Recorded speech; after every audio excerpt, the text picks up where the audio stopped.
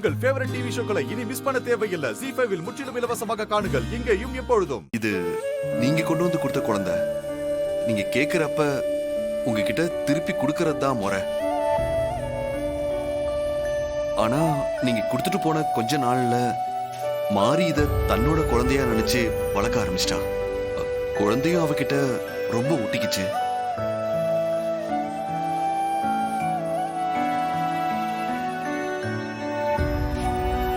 அதனாலதான் இப்ப குழந்தைய உங்ககிட்ட எப்படி திருப்பி கொடுக்கறதுன்னு யோசிக்கிறா.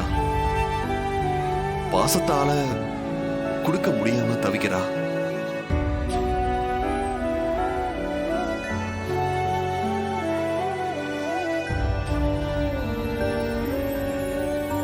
இல்ல ஹஸ்பண்ட் சார், அவரு கேட்கும் போது நான் எப்படி குழந்தைய கொடுக்காம இருக்க முடியும்?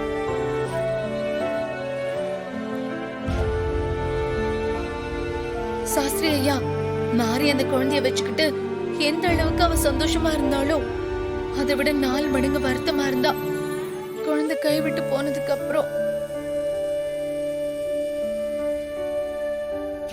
இப்ப குழந்தை கிடைச்சு உடனே அதை திருப்பி கொடுக்கணுங்கிறத அவளால நினைச்சு கூட பார்க்க முடியல சாஸ்திரி ஐயா. மனசு வந்து அவ குழந்தைய திருப்பி கொடுக்கறதுக்கு அட்லீஸ்ட் ஒரு நாளாச்சும் அவளுக்கு அவகாசம் வேணும். பொறி உருண்டை பேசுற பேச்ச பாருங்க. ஆமா சாமி, கண்டிப்பா ஒரு நாளாச்சும் வேணும் சாமி.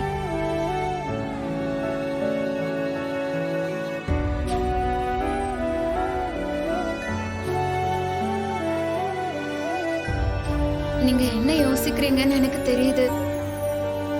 குழந்தைய மாறிக்கிட்டு விட்டுட்டு போய் மறுபடியும் காணாம போயிட்டா என்ன பண்றதுன்னு தானே யோசிக்கிறீங்க.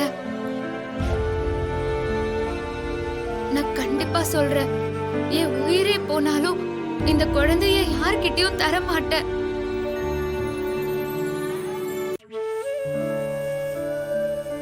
இதுக்கப்புறம் யாரும் என்கிட்ட இருந்து இந்த குழந்தைய அபகரிக்க முடியாது.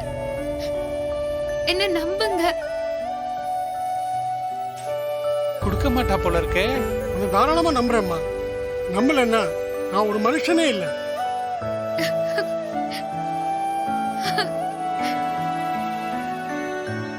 சரிம்மா, குழந்தை என்ன ஒரு நாள் உங்ககிட்டே இருக்கட்டும்.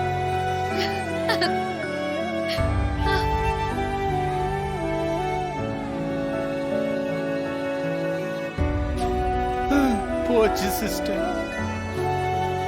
நாளைக்கு சாயந்தரமா வந்து நான் குழந்தைய வாங்கிக்கிறேன். ரொம்ப நன்றிங்க ஐயா.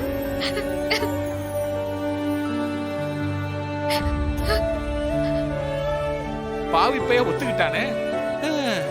நாளைக்கு தான் நல்ல நாள் போல இருக்குது. சரி, அப்ப நான் போயிட்டு வரேன். சரிங்க ஐயா. ZEE5 ஆப்பை டவுன்லோட் செய்து அனைத்து எபிசோடுகளையும் இலவசமாக பாருங்க.